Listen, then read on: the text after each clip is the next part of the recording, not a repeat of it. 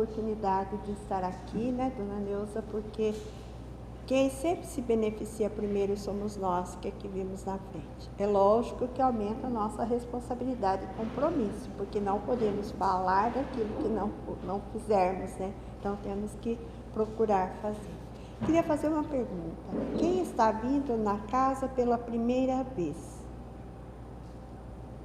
De vocês duas, vocês conhecem a doutrina espírita ou nunca leu, não estuda a doutrina? Quem não estuda a doutrina? A senhora não conhece. Tá. É só para eu me situar um pouquinho, porque hoje nós vamos tratar de um tema que está lá no Evangelho de Jesus, né? E que é o quarto capítulo do Evangelho segundo o Espiritismo. Obrigada. Eu trouxe, mas que bom, sempre é bom 2 copinhos. Vou aproveitar lá.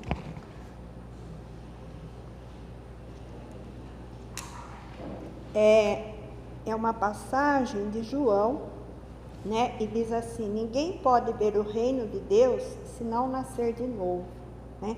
Para quem já conhece a doutrina, esse texto já é bastante conhecido, porque praticamente é um dos pilares da doutrina espírita, né? Todo mundo está ouvindo? Tá ótimo, então tá bom. Então, o texto evangélico, que é do capítulo 4 do Evangelho segundo o Espiritismo, diz o seguinte: e havia entre os fariseus um homem chamado Nicodemos, príncipe dos judeus. Este foi ter de noite com Jesus e disse-lhe: Rabi, bem sabemos que é mestre, vindo de Deus, porque ninguém pode fazer estes sinais que tu fazes, se Deus não for com ele. Jesus respondeu e disse-lhe: na verdade te digo, que aquele que não nascer de novo não pode ver o reino de Deus. Disse-lhe Nicodemos: como pode um homem nascer de novo sendo velho? Pode, porventura, tornar a entrar no ventre da sua mãe e nascer? Jesus respondeu: na verdade te digo, que aquele que não nascer da água e do Espírito não pode entrar no reino de Deus. O que é nascido da carne é carne, e o que é nascido do Espírito é Espírito. E quem escreve esse texto é justamente João, no seu capítulo 3, os versículos 1 até 6, né? E nós vamos encontrar esse texto em várias obras, e é um tema bastante abordado dentro da doutrina espírita, justamente porque, como eu disse inicialmente, é a base do nosso conhecimento doutrinário. Então, vamos entender um pouquinho o contexto da época lá de Jesus. Então, Jesus já havia arrebanhado os seus discípulos, não esquecendo que discípulos eram aqueles com que ele foi angariando para a sua obra de divulgação do Evangelho, que é também chamado Boa Nova. E numa dessas pregações dele, então foi lá Nicodemos à noite, e agora nós vamos entender por que Nicodemos foi à noite, né? Então, ele pertencia à casta dos fariseus, que era uma ordem religiosa e política caracterizada por uma intolerância muito grande e muito apegado às leis daquela época, às leis mosaicas, e pelas manifestações de cultos externos, né? Então, naquela época de Jesus, havia muito cultos externos. Se vocês se lembrarem da passagem da Páscoa, que faz pouco tempo, né? O que era a festa da Páscoa? Era uma festa que o pessoal chamava de passagem, que não é o tema nosso, mas que era recheado de doações.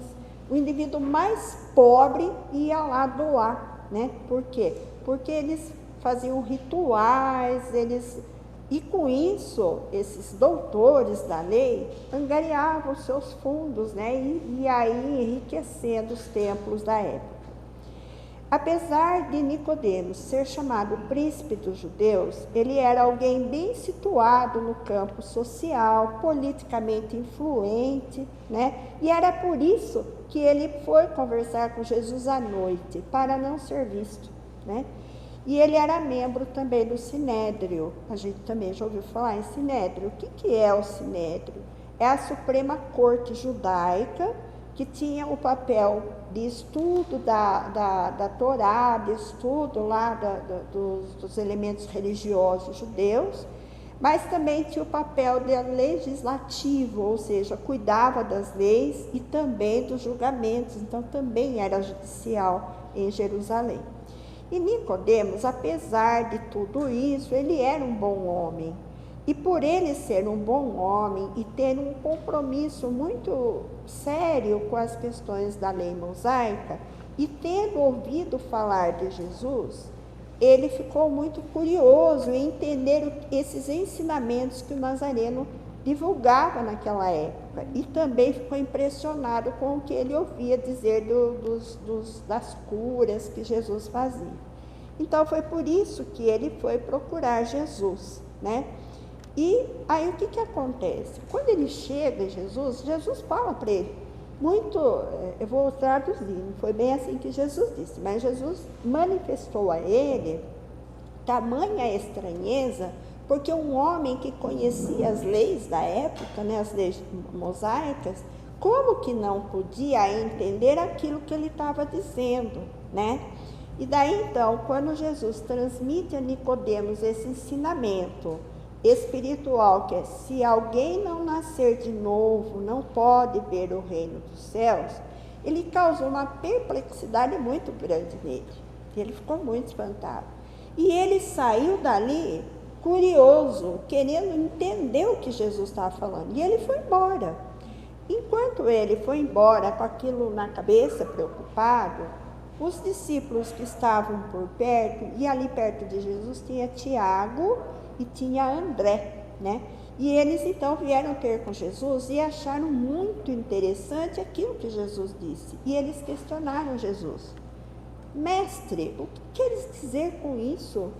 Como que pode realmente alguém nascer de novo ele entrando no ventre de sua mãe? E daí Jesus disse assim: as árvores não renascem depois da poda? Olha só o raciocínio. As árvores não renascem depois da poda? Com respeito aos homens, o processo é diferente. O acontecimento da renovação é diferente, mas o espírito de renovação é o mesmo. O corpo é uma veste. Daí, deixa eu explicar de onde que tem esse texto. Nós não vamos achar no Evangelho, na Bíblia, nós não vamos achar esse texto na Bíblia. Essa colocação nós vamos encontrar num livrinho muito bonito, muito interessante. Quem gosta de ler se chama Boa Nova. É um livro, dos primeiros livros lá editados, quando Chico Xavier ele começou a publicar, a psicografar as obras, e ele é de um autor que nós conhecemos muito, Humberto de Campos, né? E nessa obra Boa Nova tem um capítulo voltado só para a história de Nicodemos. Então, é nessa passagem desse capítulo que ele fala isso para André e Tiago. E daí ele explica, né, que toda roupagem material acaba rota. O que quer dizer? Todo corpo, ele envelhece, né? E, porém, o homem que é filho de Deus, quem é o filho de Deus? É o Espírito, não é o homem físico, é o homem, é aquele Espírito, né, que ocupa aquelas vestes. Encontra sempre seu amor nos elementos necessários à mudança de vestuário. Então, ele já está apontando que, devido ao amor de Deus, as pessoas vão ter envelhecido a sua veste, mas encontrarão a oportunidade da mudança desse vestuário.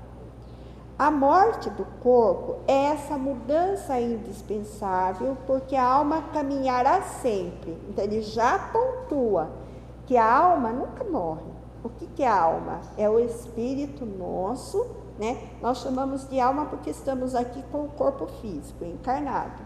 Mas quando a gente está sem o corpo físico e nós desencarnamos, ou seja, nós morremos no corpo físico, nosso corpo vai para a terra, ele volta para o pó, mas o nosso espírito, ele vai para o plano espiritual e vai habitar cidades, ambientes. Por isso que eu perguntei se tinha gente nova aqui. Vai ter uma vida exatamente como que a gente vive aqui. Então nós seremos na espiritualidade aquilo que nós somos aqui. E a nossa veste rota, ela adoece, ela morre, ela é sepultada, né? Mas nós continuaremos vivendo. E daí então ele diz assim, a morte do corpo é essa mudança indispensável, porque a alma caminhará sempre através de outras experiências, ou seja, que nós chamamos de reencarnação, até que consiga a imprescindível provisão da luz para a entrada definitiva no reino de Deus, com toda a perfeição conquistada ao longo dos rudes caminhos. Está bastante floreado, mas nós vamos traduzir isso de uma maneira mais simples, tá? E quando Jesus fala para Nicodemos, né? O que é nascido da carne é carne e o que é nascido do Espírito é Espírito, ele está realmente, e aquilo que nós preconizamos, que nós estudamos, que os Espíritos vieram trazer para nós lá por volta de 1857, quando Kardec codificou a doutrina. Então, esse conceito da reencarnação, esse conceito sempre existiu. Se for procurar no Velho Testamento, está recheado desse conceito da reencarnação. Porém, como eles não entendiam o que era morrer e voltar de novo, então eles afirmavam que voltava, mas eles não sabiam como, e por isso eles chamaram de ressurreição. A ressurreição é diferente da reencarnação. Então, o que acontecia? Essa passagem, o que é nascido da carne é carne, o que é do Espírito é Espírito, Jesus deixa muito claro que a carne diz respeito ao corpo e que nós vamos precisar de corpo para nascer de fato. Então, por que é reencarnação e não ressurreição? Porque a reencarnação significa retornar ao corpo físico, mas não no mesmo corpo que já morreu. A ciência, nunca ninguém conseguiu provar que um corpo que já morreu, ele possa ser habitado de novo. Pelo contrário, ele se desintegra até virar um pó, né? Digam os coveiros nos cemitérios, né? Que quando vão lá abrir as sepulturas, muita gente não tem nem mais ossos, então que já virou pó mesmo. Porque a matéria, ela se desintegra. Mas aquilo que habitou a matéria, que é o nosso espírito, que quando está habitando o corpo se chama alma, por isso que as religiões cristãs chamam de alma.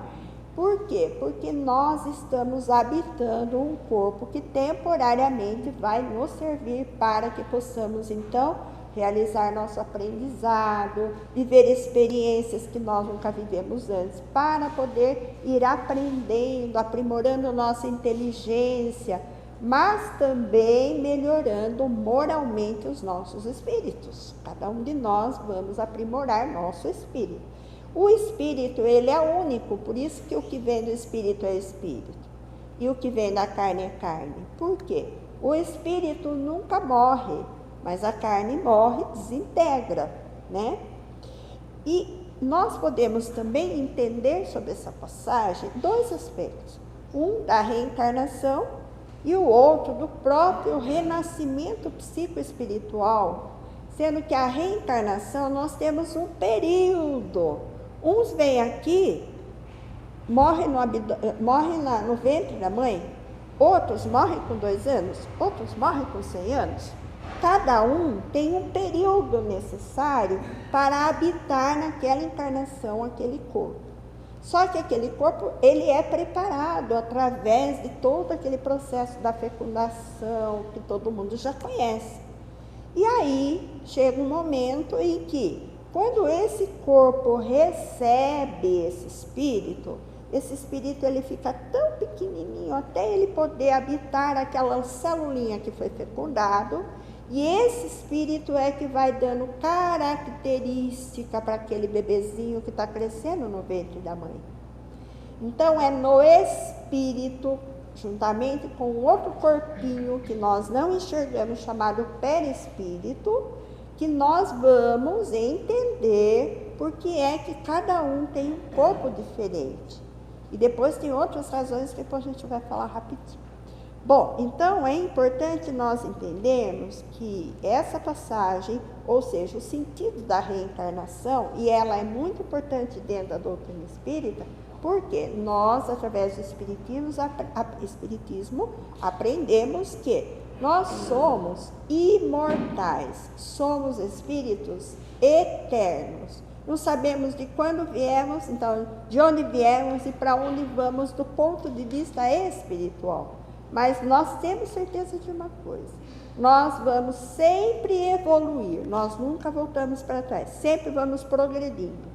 E qual é a meta de Deus para nós? Daí os espíritos vieram nos dizer que a meta que Deus nos propõe é a perfeição. Então existe uma única coisa que nós temos certeza absoluta, que é destino nosso, o destino de sermos perfeitos, de alcançarmos a perfeição. Só que até chegar lá, há muita caminhada a ser feita, há muitas encarnações a serem realizadas. Então nós chamamos de reencarnação, porque nós voltamos várias vezes. Então a gente encarna uma vez, encarna a segunda, terceira, quarta e vamos encarnando. E as nossas encarnações, elas vão acontecendo e nós vamos melhorando. Então tem alguns princípios fundamentais da reencarnação, que são algumas coisas assim. E reencarnar não significa que o espírito vai voltar no mesmo corpo que ele já teve, porque já falamos, é impossível. Mas reencarnar significa a volta do espírito no novo corpo físico na Terra. Deus propõe a reencarnação do espírito com a finalidade de fazê-lo chegar à perfeição.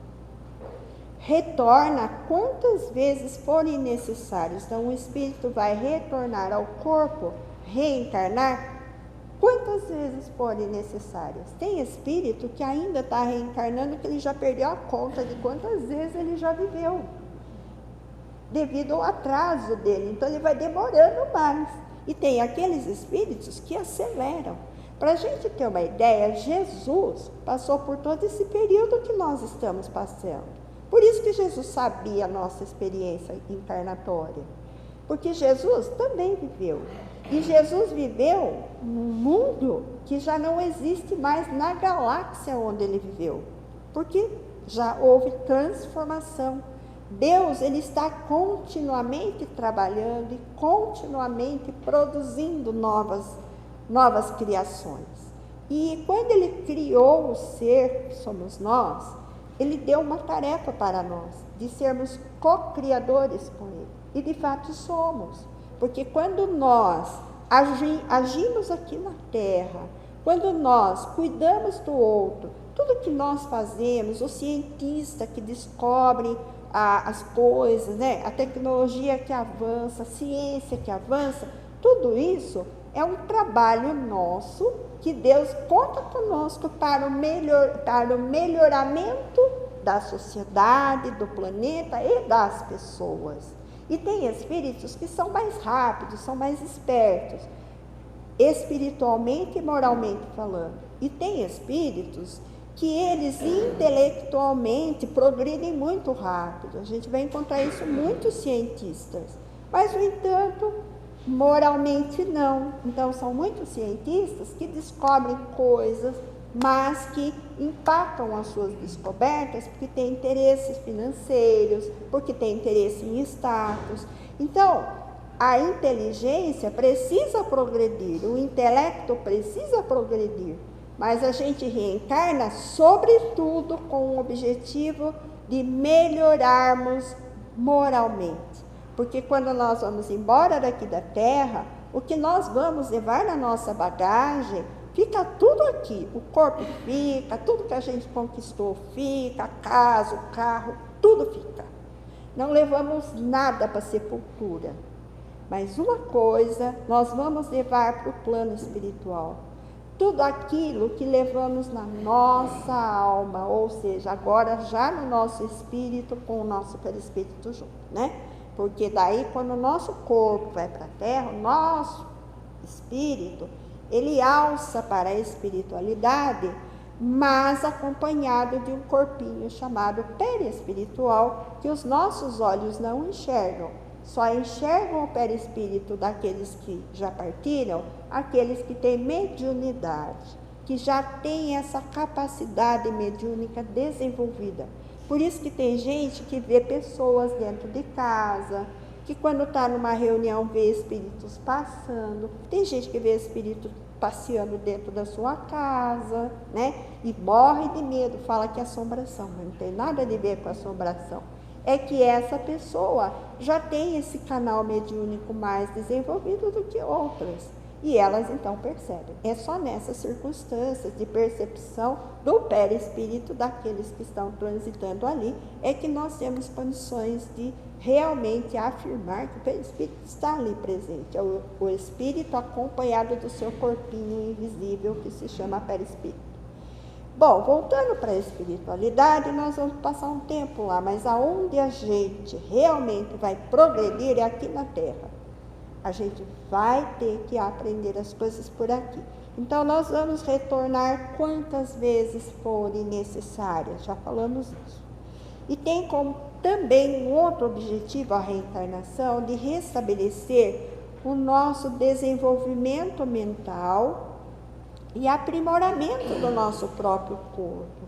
Porque quando nós reencarnamos, se nós trazemos complicações, trazemos problemas do passado, vou pegar um exemplo bem exagerado.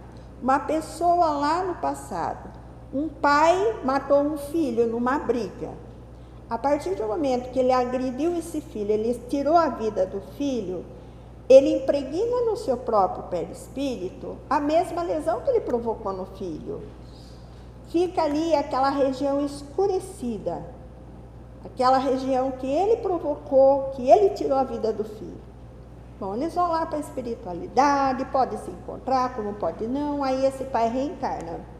Quando ele reencarnar, ele pode voltar aqui para a Terra e ele vai voltar com um problema, por exemplo, no coração, porque quando ele deu o tiro foi no coração do filho, né? Ele volta, isso quando é intencional, proposital, não é qualquer situação. Daí ele volta com aquele corpinho perispiritual lesado. E por que a encarnação vai ajudar a recuperar? Porque ele vai reencarnar, ele vai sofrer as consequências do ato que ele cometeu, e essas consequências podem ser assim, ele vai ter uma cardiopatia, mas pode ser que ele tenha cardiopatia, mas ele nasce e ele vai fazer o bem, ele se torna um homem caridoso, ele auxilia os outros, ele é um bom pai, um bom homem, bom cidadão, e ele pratica muito bem. Então ele vai viver com a cardiopatia, porque essa cardiopatia vai drenar toda aquela energia doentia que ele criou. Porém, o que vai acontecer? Quando ele desencarna, ele volta com o coração novinho. Então, em ordem, sem mais aquele problema. O que aconteceu? Ele foi um cardiopata na encarnação, só que para quem está encarnado, fala, eu tenho uma cardiopatia. Porém, o que ele está fazendo é restabelecendo as fibras do seu perispírito. Por isso que também tem esse papel a reencarnação de fazer essa reconstituição do seu perispírito para que em outras vidas futuras ele possa vir com o perispírito cada vez melhor, mais inteiro, né? Então a marcha dos espíritos ela é sempre progressiva, jamais a gente volta para trás. Então essa ideia de que uma pessoa muito má, violenta, que pratica tantas violências, um cara lá que põe bomba no corpo para poder detonar um prédio, né, como aconteceu lá nas Torres Gêmeas, esse indivíduo não vai ter oportunidade? Ele vai. ele vai sofrer muito tempo, ele vai sofrer em muito as consequências dos seus atos, porque não é Deus que não pune ninguém. Deus cria as leis e uma das leis se chama ação e reação. Então, é aquilo que eu falei, da mesma coisa que um homem pode matar, uma pessoa pode matar outra, sofrer essas consequências, qualquer ação que nós pratiquemos, nós vamos impactar no nosso perispírito e no nosso espírito, que vai se sentir culpado.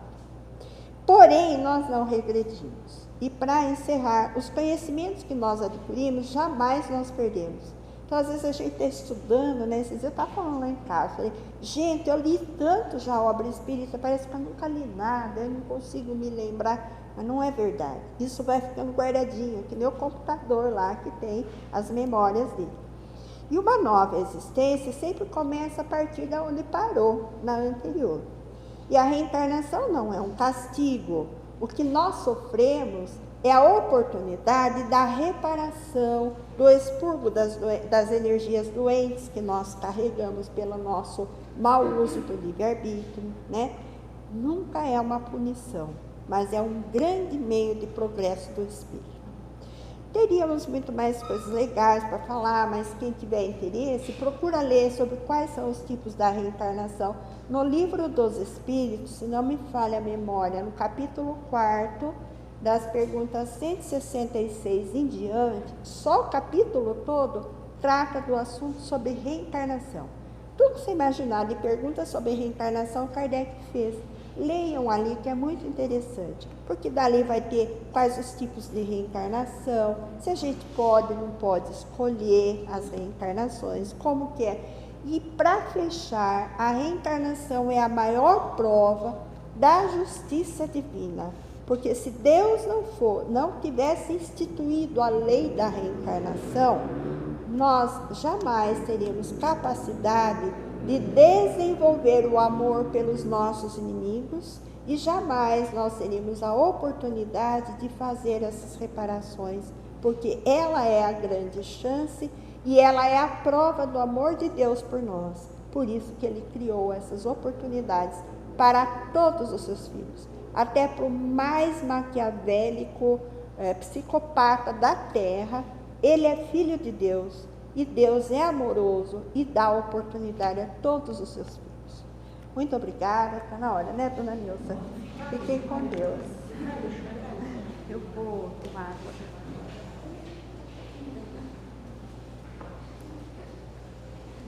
Graças a Deus, né, que nós estamos